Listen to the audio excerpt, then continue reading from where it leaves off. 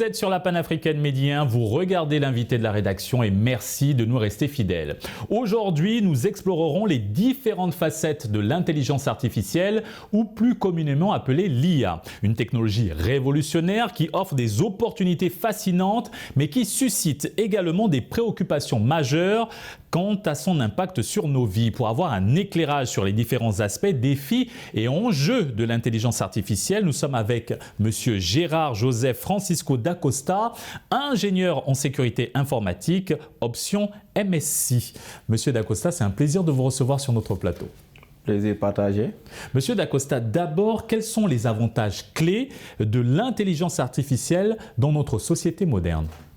Donc, très bonne question. Il faut savoir qu'aujourd'hui, les avantages clés de l'intelligence artificielle dans notre société moderne, c'est qu'aujourd'hui, elle nous augmente, elle nous rend bien plus précis et elle nous permet vraiment d'anticiper sur plusieurs sujets tels que la médecine, la santé, l'éducation et d'autres domaines vraiment qui sont des sujets de réflexion pour l'être humain.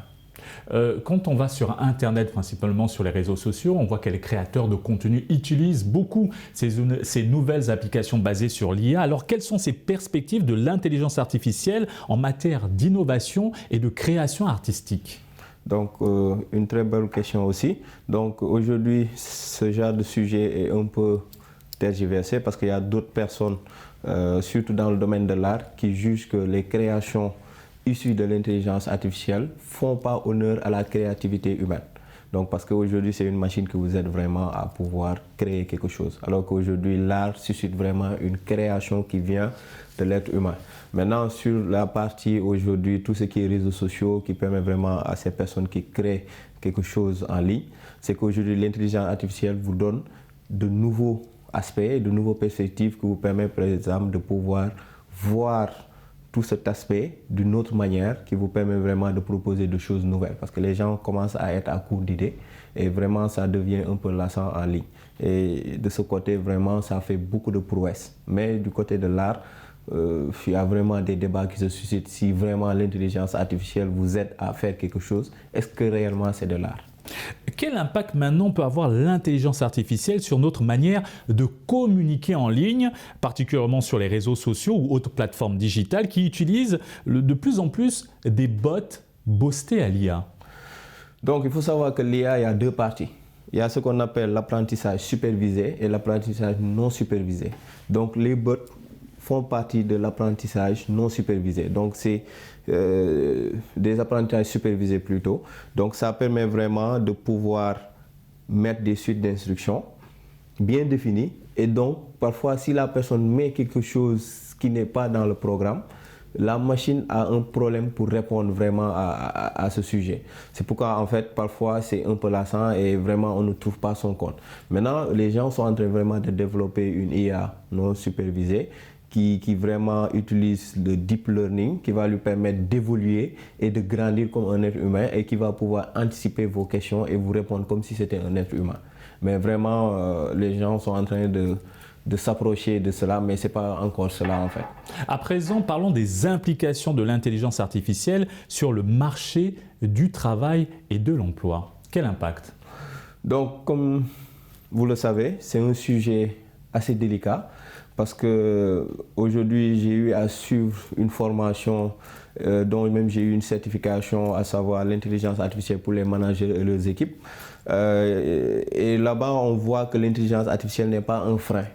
L'idée vraiment, c'est aujourd'hui, moi en tant qu'employé, moi en tant qu'une personne qui est dans le marché de l'emploi, comment je peux utiliser l'IA pour me permettre vraiment d'évoluer dans ce que je fais. C'est pourquoi je dis l'IA nous rend plus augmentés. Par exemple, quelqu'un qui traduit des pages avec des langues différentes peut avoir de l'IA qui va l'aider à mieux avoir une précision de traduction.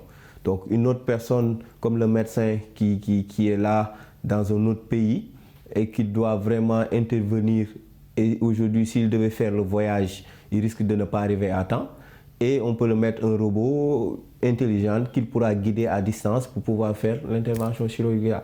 Donc il y a plusieurs choses que l'IA peut faire, mais aussi il y a d'autres travaux des travailleurs qui vont vraiment perdre leur emploi si ils ne se mettent pas à jour.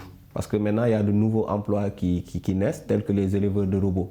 Parce qu'aujourd'hui, cette IA qui va venir a besoin de données, a besoin d'apprendre. Maintenant, si vous êtes expert dans votre domaine, vous pouvez vous reconvertir et apprendre à cette intelligence artificielle comment évoluer dans ce domaine bien précis. À présent, quels sont les risques potentiels de dépendance à l'IA dans notre vie quotidienne? Bon, déjà avec l'utilisation des réseaux sociaux, il faut savoir qu'il y a déjà un risque vraiment qu'on a constaté parce que les gens vraiment utilisent les réseaux sociaux sans vraiment réfléchir aux conséquences. Maintenant, l'intelligence artificielle ne nous facilite pas la tâche parce qu'il facilite cette utilisation des réseaux sociaux. Parce que tout ce qu'on veut, c'est déjà prédit, une prédilection des données, donc tout est facile en fait. Et ça nous permet vraiment d'être dans ce monde et à la fin, on ne réfléchit plus. Donc c'est la machine qui va réfléchir à notre place. Avec, je pense, avec ChatGPT, on l'a vu. On a vu même que ChatGPT est capable d'écrire des mémoires, est capable vraiment de rédiger des textes, etc. Et il y a des personnes qui ne réfléchissent plus, qui s'adonnent vraiment à ChatGPT pour vraiment que ChatGPT fait tout à leur place. Donc l'idée, c'est toujours cette question. Qui fait quoi? Est-ce que c'est la machine? Est-ce que c'est les programmeurs derrière la machine? Ou si c'est la personne même qui intègre ces données par rapport à cette demande? Donc c'est une question vraiment tergiversée. Comment arriver à une utilisation, dirait-on, plus raisonnable de l'IA? Pour ça, en fait, aujourd'hui, il faut déjà... il y a des personnes qui disent qu'il faut mettre en place des lois qui vont vraiment encadrer ce processus. Mais il y a d'autres personnes en fait qui ne sont pas d'accord parce que dès qu'on met une loi ou quelque chose qui va entraver une progression d'une technologie, les gens disent que vraiment ça va ralentir cette technologie. Parce qu'une technologie a besoin d'être libre pour pouvoir évoluer et pour pouvoir vraiment aller de l'avant. Donc je pense que c'est la formation plutôt. Il faudra vraiment former les gens sur aujourd'hui tous les aspects de l'intelligence artificielle, de telle sorte que toutes les personnes pourront se retrouver vraiment sur leur position par rapport à l'intelligence artificielle. À présent, Monsieur Dacosta, pouvez-vous nous parler des possibilités que peut nous offrir l'intelligence artificielle dans le domaine de l'éducation et de l'apprentissage personnalisé? Donc déjà, il faut savoir d'une manière générale, les possibilités sont énormes. Maintenant, si on doit vraiment réduire dans le domaine de l'éducation, je vais donner l'exemple de mon projet que je suis en train de bosser, à savoir Mujang Informatique. Si je devais le traduire, c'est Apprenons l'informatique. Donc l'idée vraiment, c'est d'utiliser l'IA et d'aider l'IA à pouvoir instaurer le numérique au service de l'éducation.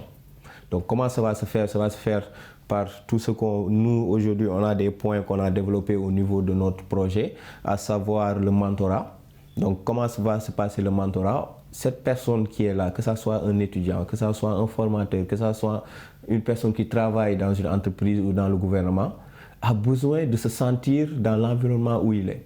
Donc nous, aujourd'hui, à travers l'IA, on veut vraiment voir comment l'IA va nous aider à trouver les bonnes réponses pour cette personne et les bonnes orientations, plans de carrière, plans évolutifs, etc. dans beaucoup de choses.